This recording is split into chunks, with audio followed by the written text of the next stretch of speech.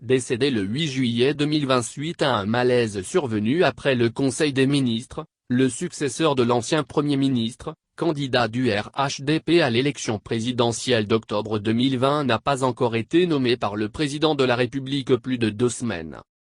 Alors que des noms fusent dans la presse pour lui succéder, notamment le secrétaire général de la présidence, le ministre d'État, ministre de la Défense, le fauteuil de Amadou Gon Coulibaly inhumé vendredi 17 juillet 2020 sur les terres de ses ancêtres à Korogo, nord de la Côte d'Ivoire est toujours vacant et les Ivoiriens attendent toujours. En attendant la nomination du successeur du lion Amadou Gon, le président de l'Assemblée nationale, Amadou Soumaoro est hors du pays. Il est officiellement en France depuis le début de cette semaine pour une mission parlementaire. Par ailleurs, environ une semaine avant le décès du Premier ministre, le président du Sénat, Jeannot Ahoussou-Kouadio s'est rendu en Allemagne pour un bilan de santé où il a été malheureusement testé positif à la Covid-19. Les dates de retour des présidents des 2 chambres parlementaires restent pour l'heure inconnues puisque les 2 institutions n'en ont pas fait cas dans leurs différents communiqués, pour annoncer leur absence du pays.